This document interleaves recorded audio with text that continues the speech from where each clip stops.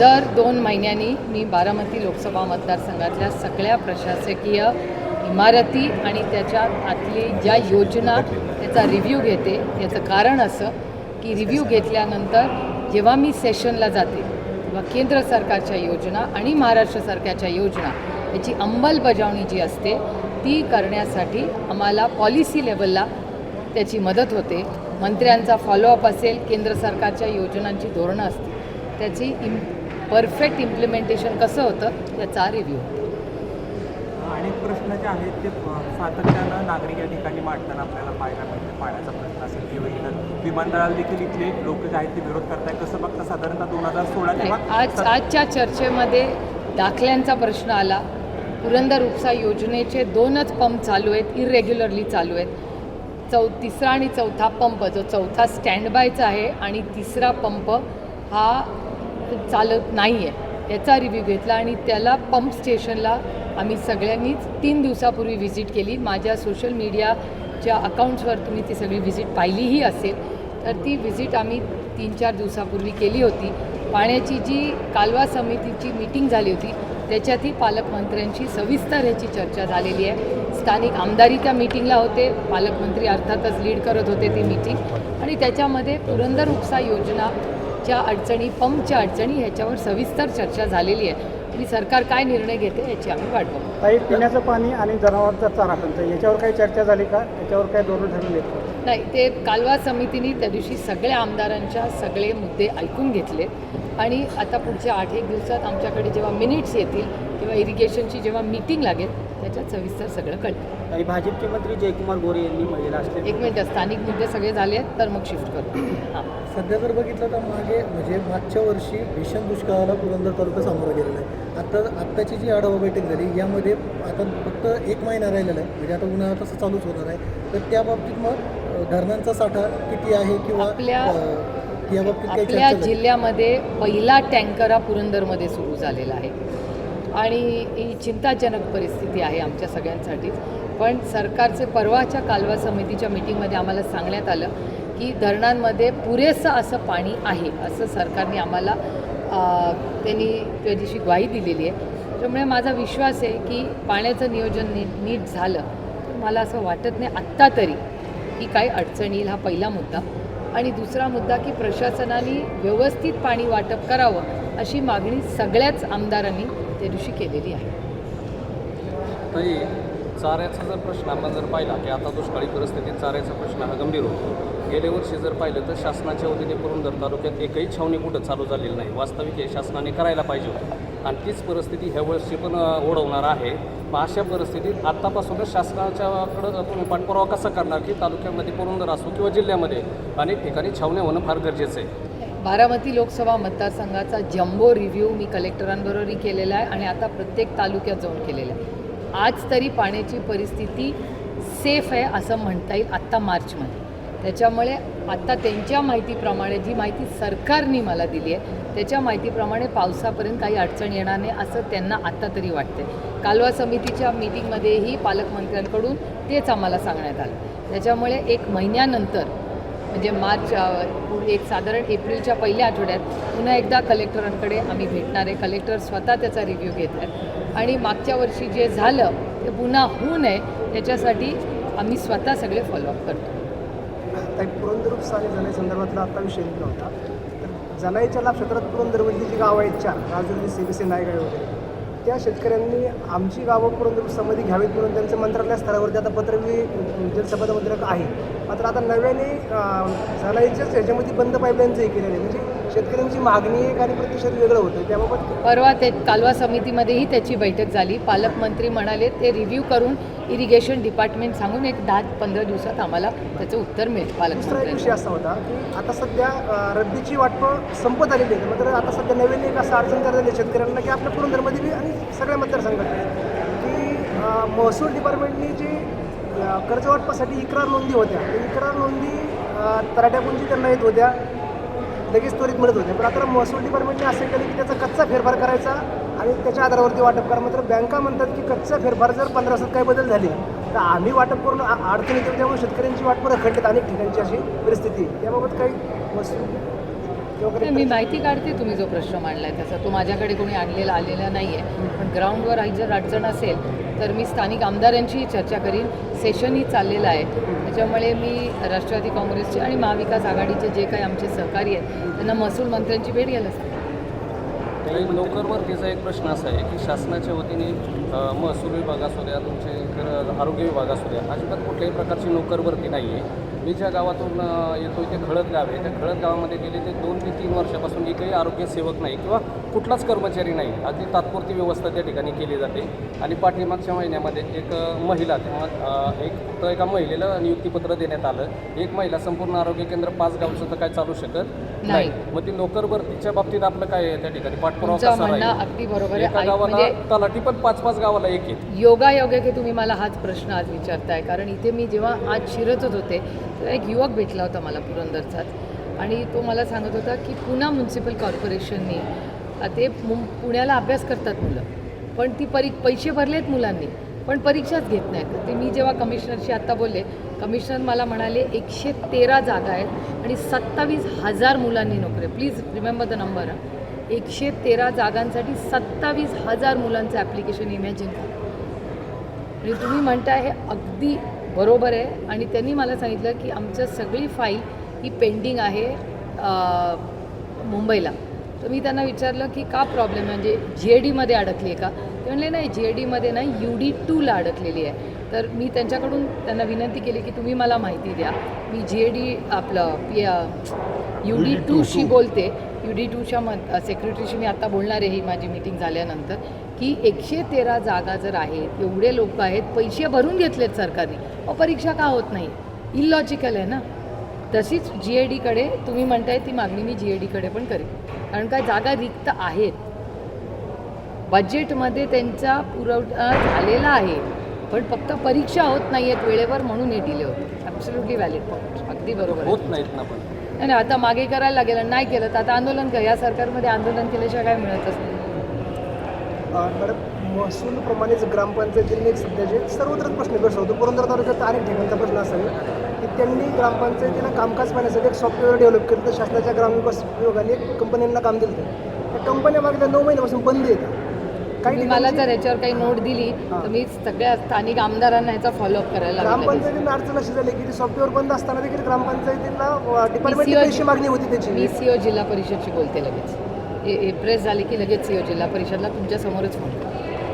मागच्या 5 वर्षात बीडमध्ये 276 खुनाचे घटना घडतात. कसं बघता याकडे आणि याचं उत्तर जे आहे ते मुख्यमंत्र्यांची माहिती होईल सभागृहात. मी कालच महाराष्ट्राच्या माननीय मुख्यमंत्र्यांना मागणी केलेली आहे की बीडमध्ये जे मर्डर केस झाले तिची प्रत्येक फाईल ही उघडली गेली पाहिजे.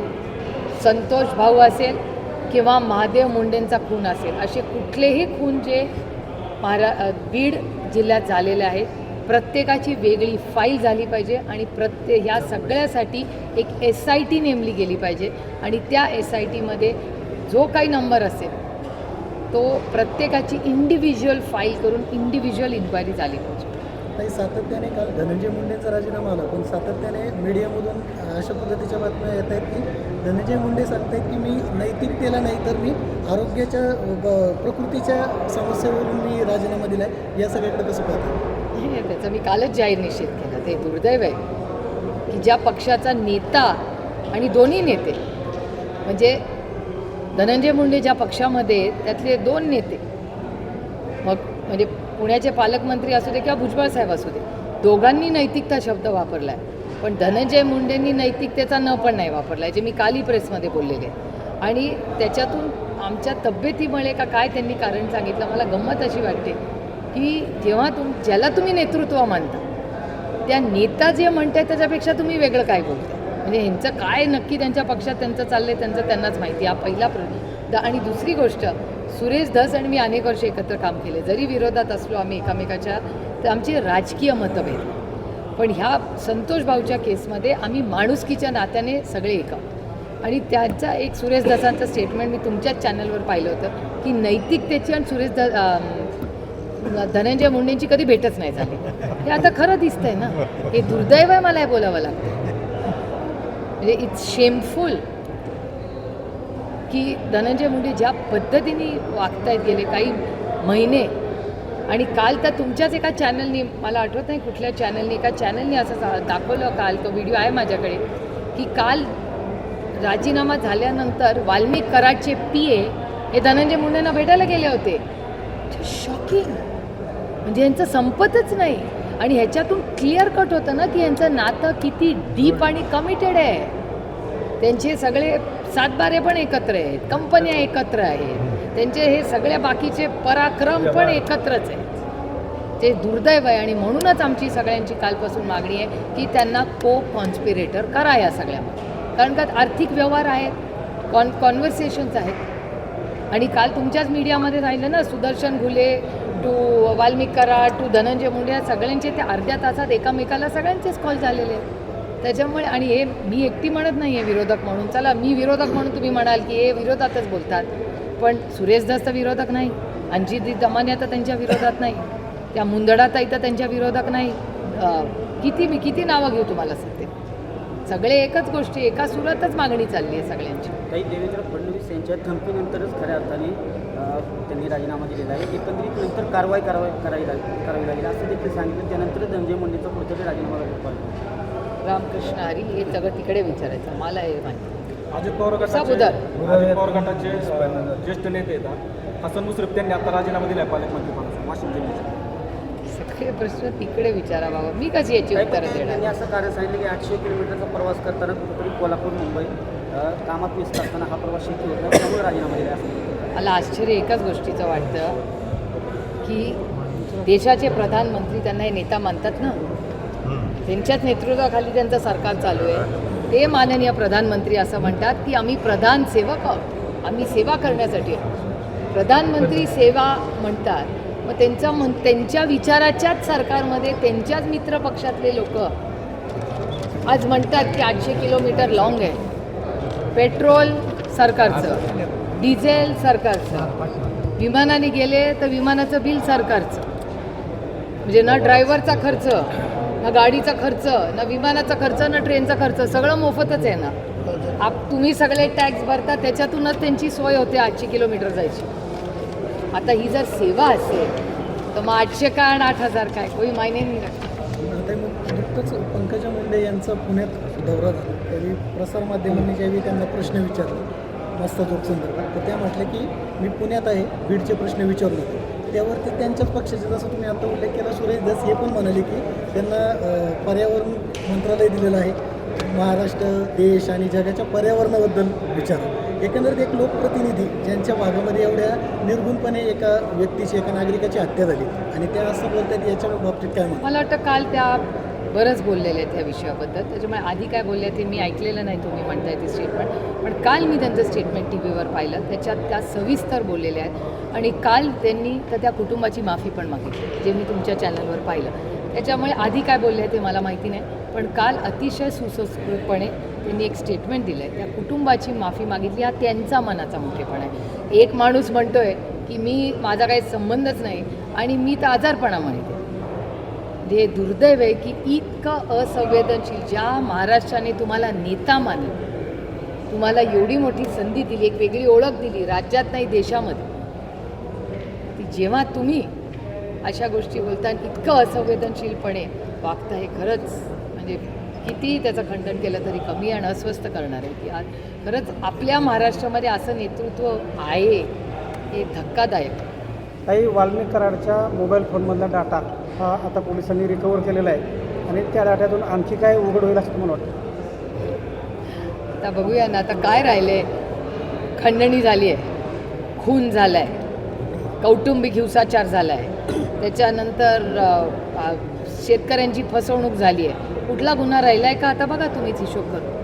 म्हणजे शेतकऱ्यांना फसवलं आहे, लोकांची लूटमार, 2000 कोटी रुपयाचे त्यांचे फ्लॅट्स आहेत, तर तुमच्याच चॅनलवर पाहिलं बाई मी. हे कुठला गुन्हा राहिला मला सांगा ना. काहीच राहिलं नाही, सगळे गुन्हे करून झाले. आणि एवढं करूनही ते ज्या जेलमध्ये आहेत तिथे त्यांना VIP ट्रीटमेंट चालली आहे. तिथले कॅमेरे बंद होते, तुम्ही सगळ्यांनी आवाज उठवला, संतोष भाऊचे भाऊ धनंजय भाऊनी आवाज उठवला, तेव्हा कॅमेरा चालू झाला. हे कॅमेरा बंद होता तेव्हा काय उद्योग चालले होते तिथे? म्हणजे मला धक्का बसतो की महाराष्ट्रामध्ये अशा घटना होत आहेत, हे शॉकिंग आहे. महाराष्ट्रात कधी असं झालेलं नाही. सुसंस्कृत राज्य आहे, आम्हाला सार्थ अभिमान आहे महाराष्ट्राचा आणि बीडचा पण या 10-15 लोकांमुळे बीडचा आणि महाराष्ट्राची बदनामी आज देशामध्ये होती. काही महिलांवर अत्याचार होण्याचे प्रमाण तर आपल्याला जास्त वाढलेलं दिसतं. त्याचबरोबर जयकुमार गोरे जे भाजपचे मंत्री आहेत त्यांच्याकडून सुद्धा महिलांवर विनयभंगाचे प्रकार समोर येत आहेत. त्यांचे फोटो त्या महिलेला पाठवले जात आहेत. कसं बघता या भाजप सरकार? तुम्हाला सांगू, मला ही केसची माहिती नाही. आज माझ्याचकडे सोशल मीडियातून ती बातमी आली आहे. ती बातमी आली आहे धक्कादायक, म्हणजे जस्ट शॉकिंग. मी खूप विनम्रपणे तुम्हाला म्हणते की मला माहिती काढू द्या, कारण का माझ्याकडे जी माहिती आली आहे ती भयानक आहे आणि अतिशय म्हणजे शरम वाटेल अशीच आहे. तर त्याच्यात काही तथ्य असेल तर काही मागच्या महिन्यामध्ये खानावळला एक मिटिंग झाली आपली खानावळीला आणि स्थानिक नागरिकांनी काही प्रश्न उपस्थित केले. तिथं सौर प्रकल्पासून तिथं जमीन ॲप्लिकेशन त्यामुळे तुम्ही म्हणजे आपण पुण्याला मिटिंग घेऊ. त्याच्यानंतर कलेक्टरकडे त्याची मीटिंग झालेली आहे. कुठे गेले सुदामाप्पांकडनं त्याची माहिती पण आहे. त्यांच्या तर गावातला सुवर ऊर्जेचा जो होता तो कॅन्सल झालेला आहे, जिथे गायरानाचा विरोध होता. तर ते आज कलेक्टरांनी कन्फर्म केलं की जिथे खूप टोकाचा विरोध असेल तिथे आम्ही करणार नाही. पण आत्ता जिथे ऑलरेडी झालेलं आहे त्यांच्यासाठी काय करता येईल किंवा त्या गावाच्या विकासासाठी कुठली जमीन घेता येईल याचा प्रपोजल आम्ही कलेक्टरांकडे पाठवलं आणि आज 3 वाजता बरेच काही लोक कलेक्टरांना पुन्हा भेटायला जाणार. बारामती 5 जयकुमार शेतकरी गोरे असतील, कोकटे असतील, त्यानंतर धनंजय मुंडे, म्हणजे आता सरकारमधले महायुती सरकारमधले 3 मंत्री आहेत की ज्यांच्या बाबतीत मीडियामध्ये भ्रष्टाचार असेल, विनयभंग असेल, म्हणजे एकंदरीत सर्व तक्रारीच येत आहेत, गुन्हेच दाखल होत आहेत. या बाबतीतच चर्चा चालली आणि एकीकडे सांगितलं जातं की सर्वसामान्यांचं सरकार आहे. काय म्हणाली याबाबतीत? तुमच्या प्रश्नातच माझं उत्तर आहे. तुम्हाला हा प्रश्न विचारावासा वाटतोय मला, याच्यातच माझं उत्तर आहे ना. तुम्ही विचार करा, म्हणजे भरभरून या राज्यांनी त्यांना मतं दिली एका विश्वासाच्या नात्याने. एवढं मोठं मॅन्डेट येऊन 50 वर्ष झाली असतील. महाराष्ट्रात कदाचित एवढं मोठं मॅन्डेटच नसेल आणि 100 दिवस पण नाही झाले, 100 दिवस पण नाही झाले. तुम्ही बघताय काय परिस्थिती. आणि कुठला गुन्हा सोडलाच नाही हो यांनी, सगळे गुन्हे झाले आहेत सगळ्यांचे. हे खूप दुर्दैवी आणि अस्वस्थ करणार आहे. कारण का ठीक आहे, हो त्यांची सत्ता आली, आम्ही विरोधात बसलो, ठीक आहे, आम्हाला तो मॅन्डेट मान्य आहे. पण जेव्हा एवढं मॅन्डेट जेव्हा आपण निवडून येतो ना तेव्हा जबाबदारी वाढते.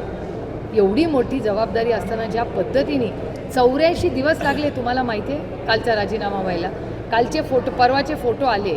फोटो आल्यावर तुम्ही सगळे किती म्हणजे सगळा महाराष्ट्र हादरून गेला, सुन्न झाला. मग हे फोटो आधी सरकारने पाहिले नव्हते. अर्थातच सरकारनेच पहिले पाहिले ना आपल्या सगळ्यांच्या आधी.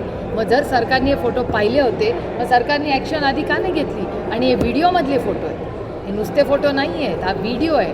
तर नुसतं फोटो बघून आपण सुन्न झालो, तर आज व्हिडिओ बघितल्यावर काय वाटेल तुम्ही सगळा? कधीतरी तुम्ही त्या कुटुंबाचा विचार करा हो. काय वाटत असेल त्या माऊलीला, काय वाटत असेल त्या आईला, त्या छोट्याशा आपल्या वैष्णवीला काय वाटत असेल हे सगळं बघून. एवढं असंवेदनशील हे सरकार आहे, म्हणजे धक्कादायक आहे. एवढं मोठा मॅन्डेट असताना काय असे असंवेदनशील वागतात हे मला कळत. मुख्यमंत्री जाणून बुजून याच्याकडे दुर्लक्ष करतात का?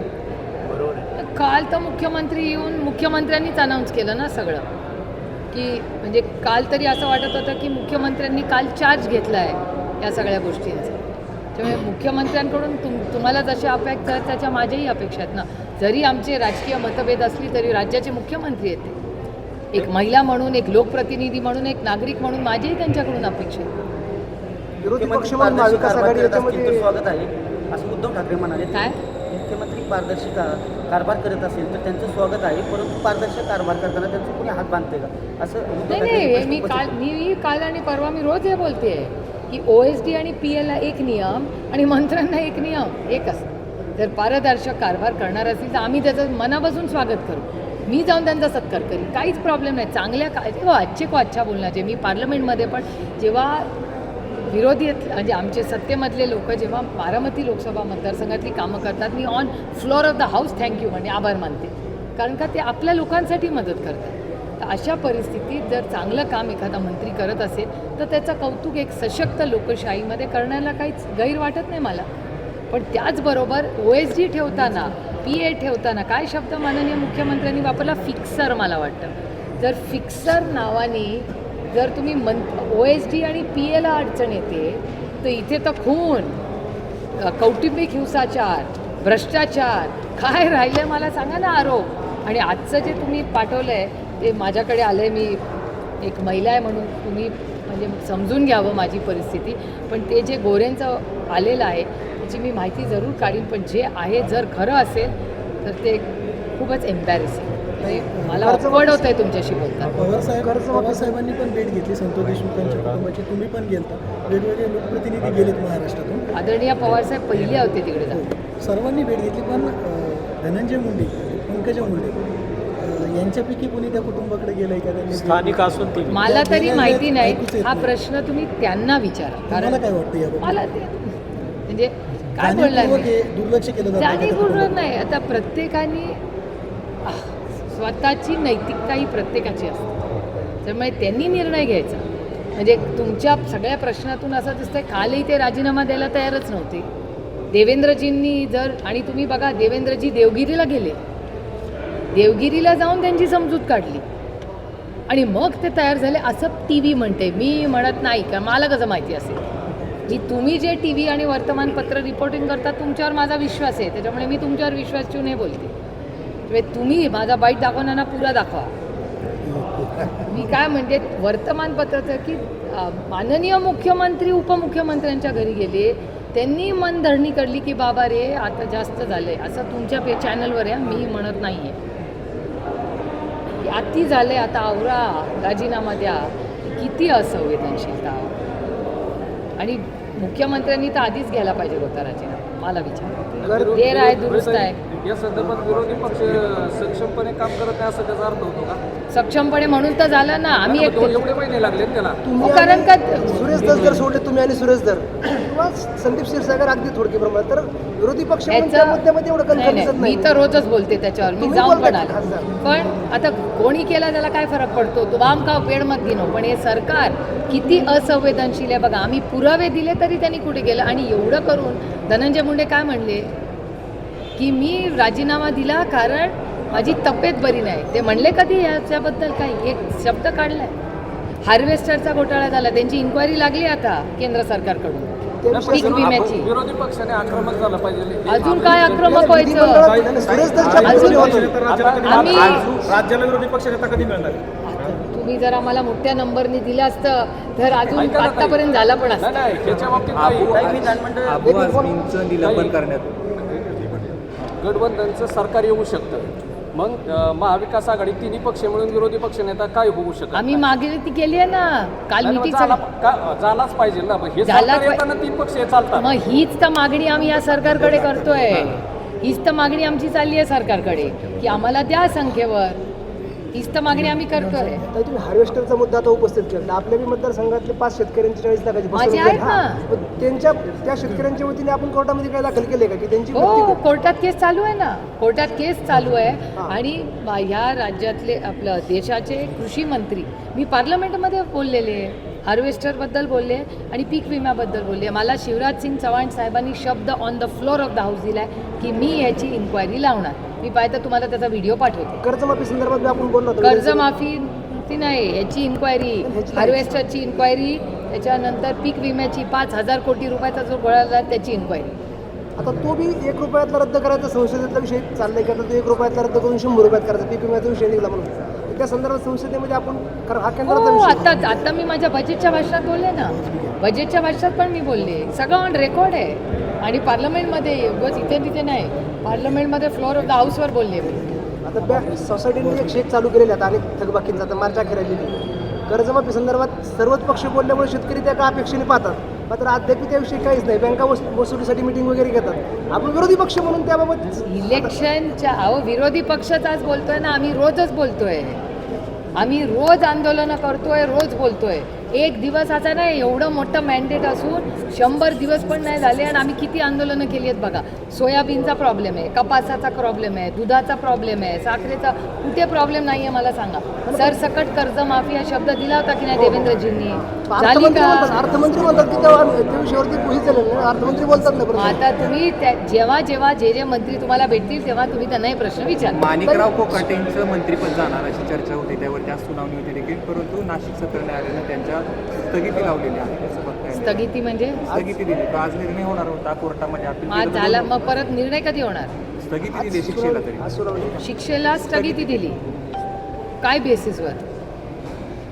मग जेवढी शिक्षा कोर्टाने दिली, सगळे कागदपत्र आहेत, मला माहिती काढायला लागेल स्थगिती कशी दिली आहे, काय दिली, विचार बघायला लागेल. आबू आझमींचं निलंबन केलं आहे विधानसभेच्या कामकाजासाठी, त्याच्यावर काय अधिवेशनापुरतं त्याच्यावरती. नाही अर्थातच त्याचं आम्ही सगळे स्वागत करतो, सगळ्यांचीच काल भूमिका ती होती आणि एका अधिवेशनाबद्दल केलं आहे. एखाद्या वक्तव्यामुळे लोक दुखवले गेले असतील तर मला असं वाटतं तर अशा घटना अनेक वेळा प्रत्येक सरकारमध्ये होत असतात. त्याच्यामुळे एखाद्या भावना जर दुखवल्या असतील, काल तुमच्याच चॅनलवर मी पाहिलं त्यांनी काल म्हणले पण की माझ्यामुळे कोणाला काही दुखवलं गेलं असेल तर मी ते करेक्टिव्ह ॲक्शन घेईन. ते काल दोन्ही दाखवलं, त्यांचं स्टेटमेंट पण दाखवलं आणि त्यांची दिलगिरी पण दाखवली. विरोधी पक्ष म्हणून आत्ता सध्या 10 महिन्याचा विषय पाहिला तर शेतकऱ्यांच्या ज्या योजना येतात, म्हणजे शेतकरी असेल, पॉली हाऊस असेल, शेडनेट, सगळ्या योजना थांबवलेल्या आहेत 10 महिन्यापासून. पण विरोधी पक्ष बी त्याविषयी सरकारला पुढेच जा विचारताना आढळत नाही की शेतकऱ्यांच्या योजना थांबवल्यात का? मी तुम्हाला सगळ्या जिथे जिथे आम्ही आंदोलनं केली आहेत ना, डेटा सगळा तुम्हाला पाठवते. ही चूक आमची नाही आहे. जे सत्तेमध्ये आहेत ना त्यांना हा प्रश्न विचारला पाहिजे. त्यांना तर विचार ठीक आहे, परंतु विरोधी पक्ष म्हणून आपण ताई, त्यांना अधिवेशन अहो रोज मी माझी पार्लमेंटची सगळी भाषणं तुम्हाला पाठवते. अर्थसंकल्पीय अधिवेशन सुरू आहे. तुमची सातत्यानं मागणी होती की शेतकरी कर्जमाफी झाली पाहिजे. तुम्हाला सरसकट तुम्हाला अपेक्षा आहे की ह्याच्यामध्ये होऊ बघूया, शकतं असं? अपेक्षा करायला काय, स्वप्न बघायला काय पैसे पडत नाही. त्यामुळे जो शब्द सरकारने दिलाय तो सरकारने पाळावा एवढीच आमची अपेक्षा. सरकारचे आज माननीय मुख्यमंत्री देवेंद्रजी आहेत ना, देवेंद्रजींनी महाराष्ट्राच्या मायबाप जनतेला शब्द दिला होता की आम्ही सत्तेत आलो की 7/12 कोरा करू. आम्ही एवढीच अपेक्षा करतो की ते शब्दाला पक्के असतील. धनंजय मुंडेंच्या राजीनाम्यानंतर छगन भुजबळांचं नाव येते चर्चेत, याबाबतीत काय वाटतं? तो त्यांच्या पक्षाचा अंतर्गत प्रश्न आहे ना, कोणाला बनवायचा. ताई, लाडकी बहीण योजनेमधले 9 लाख महिलांची नावं कमी झाली आणि आता परत चौकशीचे आदेश दिलेत की ज्यांच्या घरी 4 व्हीलर आहे किंवा अजून काही वाहन आहे. माझी पुरंदरमधलं सासवडचं भाषण नाही आठवत. मी या सगळे जे विषय तुम्ही बोलताय ते सगळ्यावर बोललेले आहेत. मी पुरंदरचं तुम्हाला उदाहरण देते, कारण का इथे एकट्या इंदापूर तालुक्यामध्ये 6,000 महिलांची नावं एकट्या पुरंदरमध्ये. मी आता कलेक्टर ऑफिसकडून माहिती मागते, ती डाउनलोड होते माझ्या, की माझ्याच लोकसभा मतदारसंघात प्रत्येक तालुक्यात किती महिलांची कमी झाली. एबीपी माझा, उघडा डोळे बघा नीट.